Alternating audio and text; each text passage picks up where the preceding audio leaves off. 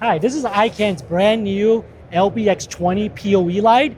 And what makes this unique is that it uses two RJ45s to power with PoE++, giving you 170 watts of power to control both daylight and tungsten.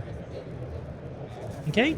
As well as I'm at your walk back here. So another new light we have is this one is our LCX10 PoE. Once again, everything is controlled and powered with this one cable.